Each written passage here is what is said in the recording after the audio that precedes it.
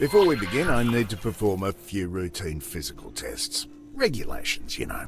Please move your head as far up or down as you can. Okay, now please walk a few steps. Faster, please. Okay, now do a few jumping jacks, please. Finally, a few squats, please. Great! You seem to be in good physical shape, so we can move on to your flying lessons. Yes? We'll start by using the transporter room outside to go to the docking bay.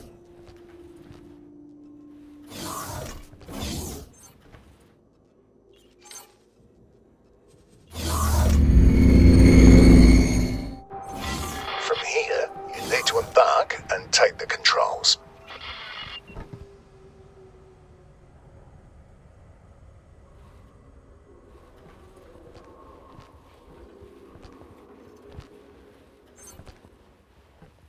Vanguard was on. You are cleared for undocking. Proceed.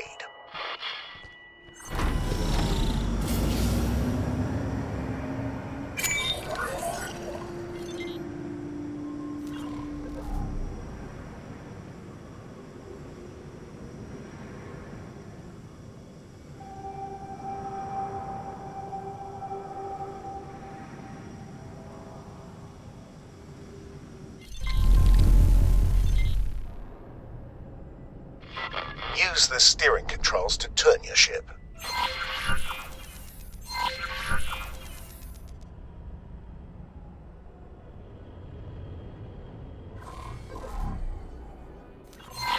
Now, use the strafing controls to move sideways or vertically.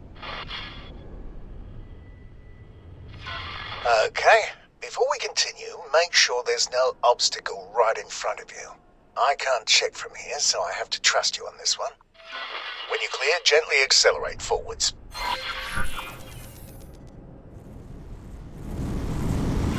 There's usually a speed limit inside docking areas, but you don't have to worry about exceeding it. The ship's computer will limit the speed for you. You can also fly backwards. Try this now.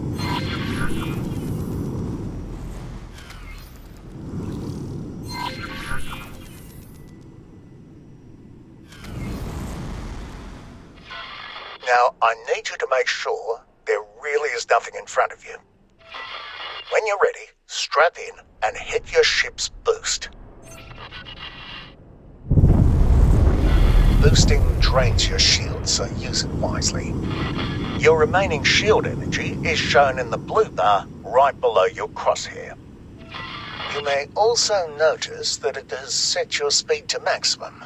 This is normal and will only persist until you change speed again. Some pilots even find it a convenient way to set their speed to maximum. Please fly out of the docking area now. So let's practice what you've learned so far. I've prepared a little course for you. Please fly close to each of the navigation beacons in turn. Your next target will always be marked in orange.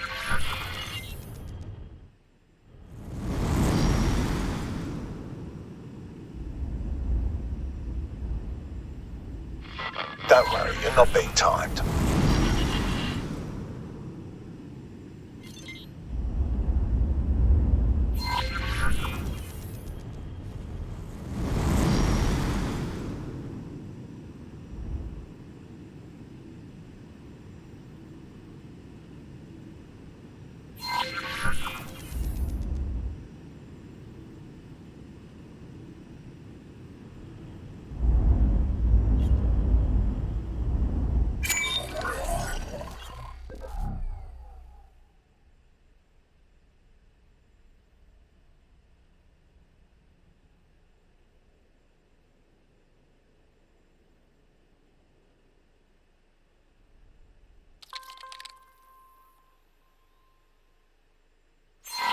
Fly to the marked station.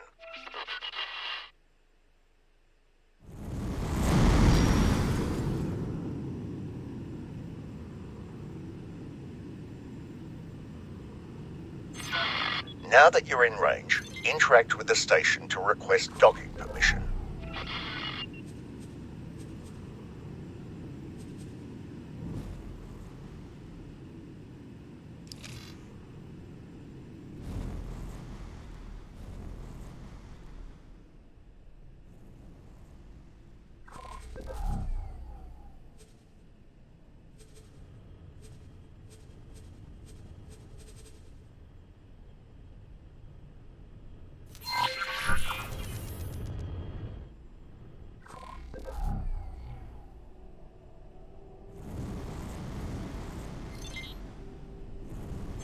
Follow the trail of lights to your assigned dock.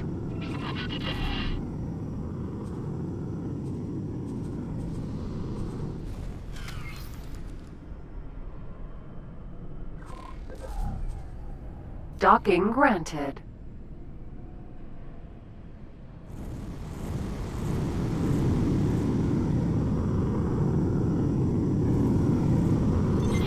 Turn your ship in the indicated direction. You should now be able to see an abstract representation of the docking bay and your position relative to it. Each element must be aligned before you can dock.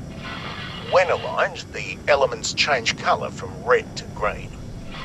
Now that your ship is fully aligned, let go of the steering controls. There's a triangular element pointing upwards that represents your ship's position over the dock. If it's darkened, then your ship is outside the displayable area. If you can afford them, there are software upgrades that make this process a bit easier.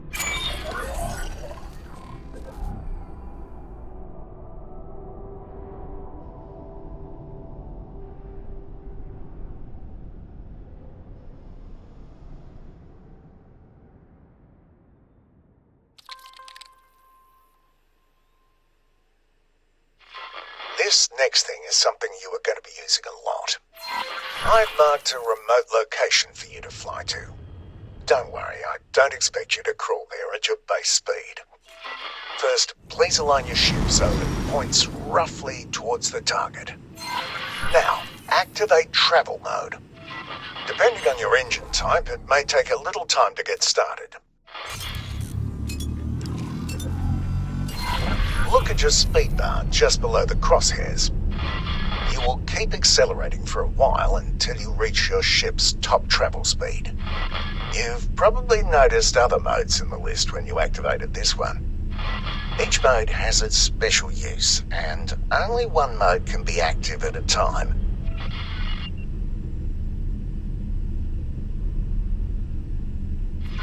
Now that you've gathered some speed, you'll notice that steering has become much harder. This is why it's best to point your ship towards your destination before engaging travel mode. Now, turn off the mode the same way you turned it on. You are now coasting, which means a few things. First, your ship is decelerating much more slowly than it normally would. Second, steering is easy again. Give it a try now.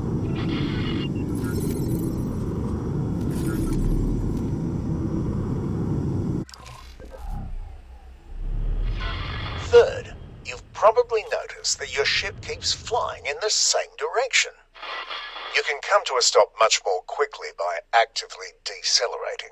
This automatically re-engages the safety limits on steering. Try it now.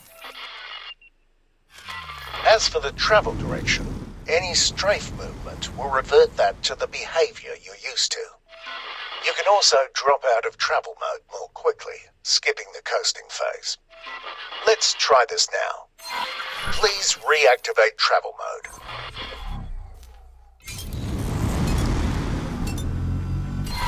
Now wait until you've built up some speed.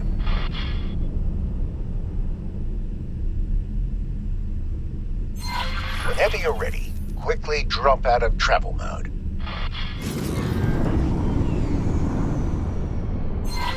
Great! The next part will take place some distance from here, so let's take a break and let the autopilot do the hard work for now. The autopilot automatically navigates to the current objective. It engages travel mode when appropriate and makes use of gates, accelerators, and highways. It even avoids obstacles in the way. Well, mostly, which is why you still need to be at the controls. You may notice that it sometimes turns travel mode off when everything seems wide open to you. The safeties are on a bit of a hair trigger, probably to keep insurance rates from skyrocketing.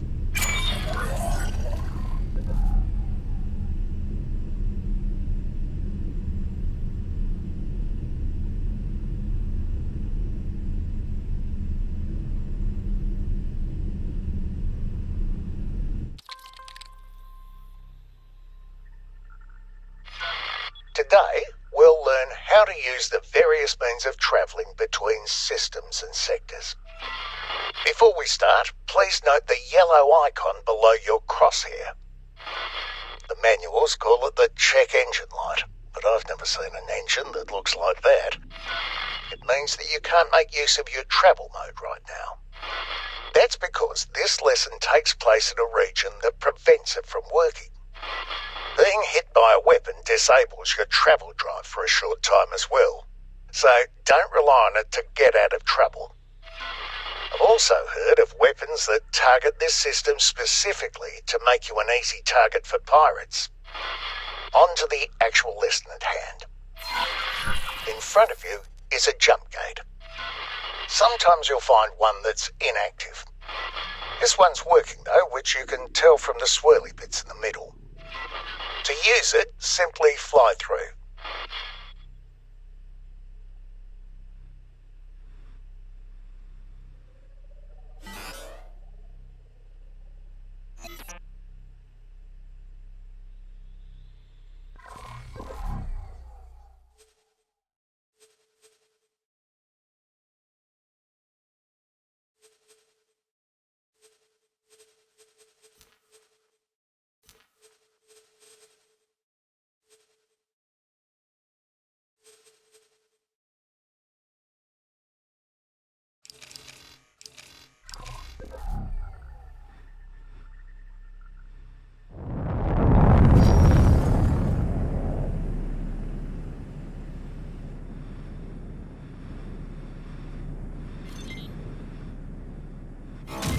That's all there is to it. Now, I've been told that the technology is totally different, but in practice, these accelerators function pretty much exactly like jump gates. Fly through this one.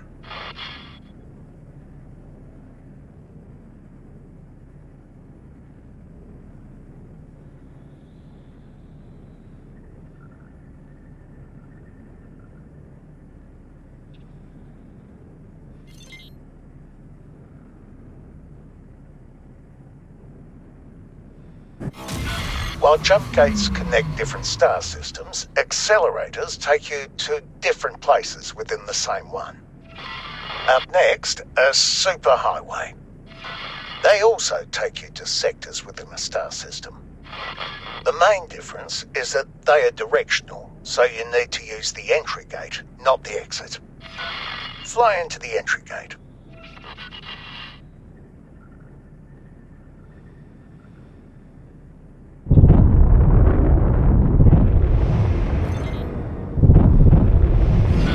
As you see, it's a tiny bit slower than the other methods. I like it though, it lets me enjoy the view. Highways can also be local. The entry of one is right in front of you. Fly into it.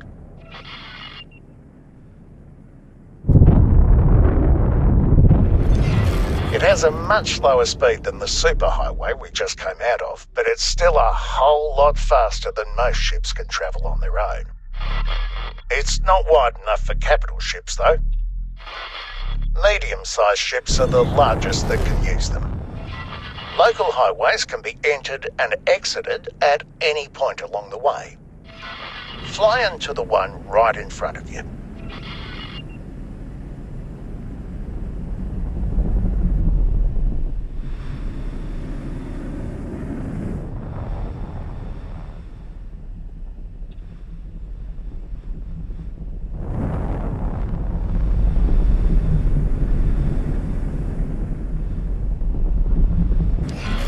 This highway is special in that it leads you right into a jump gate. You don't have to do anything, the transition will just work on its own. There we go. Please pay attention to the objective in the corner of your HUD. It's counting down to when you should exit the highway. Wait until it's done, then exit the highway.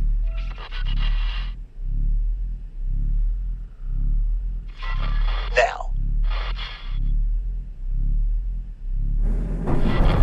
Well done.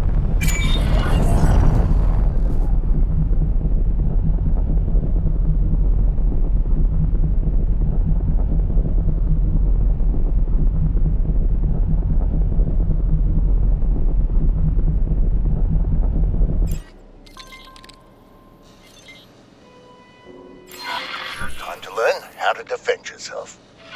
There are a handful of targets in front of you. Their HUD color indicates that they are enemies. Some are darker than the others.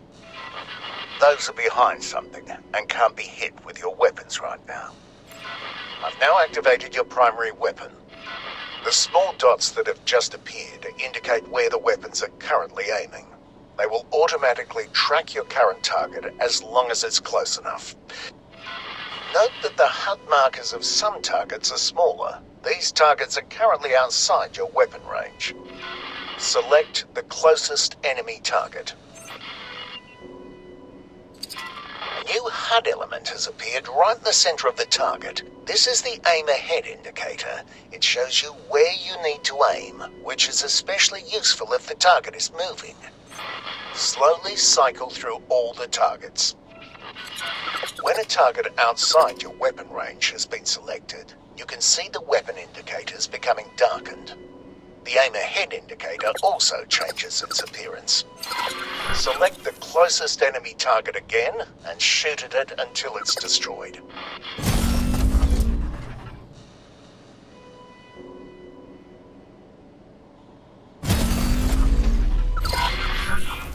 Keep destroying the targets. You'll need to move closer in order to hit some of them. If you look to the right of your crosshair, you will see bars next to your weapons that gradually fill up when you are firing. This is heat. It automatically dissipates when you stop firing. This happens more slowly if there are multiple weapons cooling down at the same time.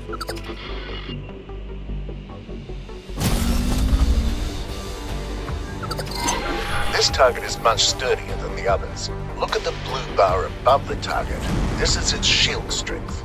After a few seconds without damage, it will begin to recharge. All shields work like this, including your own.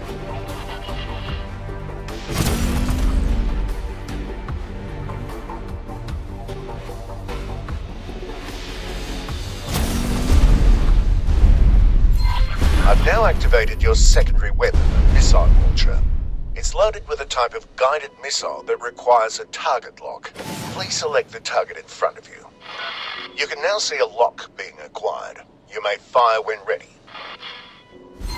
The target has dropped something. Fly right at it to pick it up. Argon ammunition container.